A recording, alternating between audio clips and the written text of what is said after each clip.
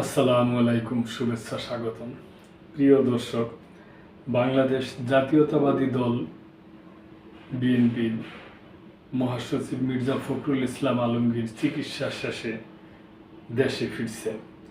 উনি দেশে ফিরিয়া একটা বক্তব্য দিচ্ছেন রোডম্যাপ সম্বন্ধে এবং অন্যান্য সমস্যা সম্বন্ধে সরকারের সাথে আলাপ করবে ওই ব্যাপারে।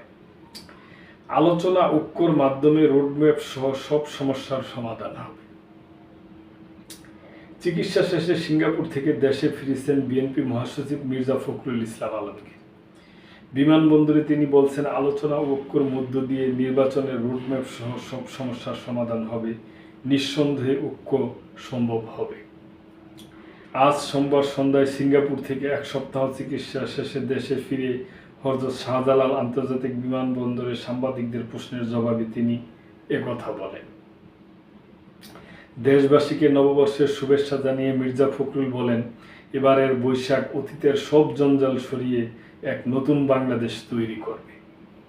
এর আগে গত 6 এপ্রিল স্বাস্থ্য পরীক্ষার জন্য সিঙ্গাপুরে যান বিএনপি মহাসচিব মির্জা ফখরুল ইসলাম আলমগীর ও তার স্ত্রী রাহাত আরা বেগম। তার আগে 2024 সালের 1 সেপ্টেম্বর তিনি এবং তার সহধর্মিণী সিঙ্গাপুরে যান স্বাস্থ্য পরীক্ষার জন্য।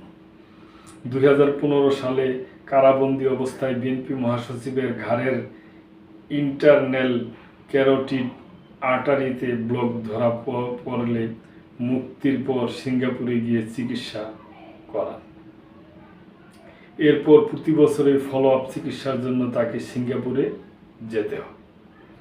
তো দর্শক, এটা ছোট্ট একটা সংবাদ যে উনি চিকিৎসা শেষে দেশে ফিরছেন। তো ওই ব্যাপারে নববর্ষের বাংলা শুভ নববর্ষের সবাইকে শুভেচ্ছাও জানাইছে এবং এই ব্যাপারে যে সরকারের সাথে তাদের আগামী 2-1 দিনের মধ্যে যে মিটিং হবে ওই ব্যাপারে তারা সম্ভাব্য কি করতে পারে ওই ব্যাপারে আলাপ করছে আর কি।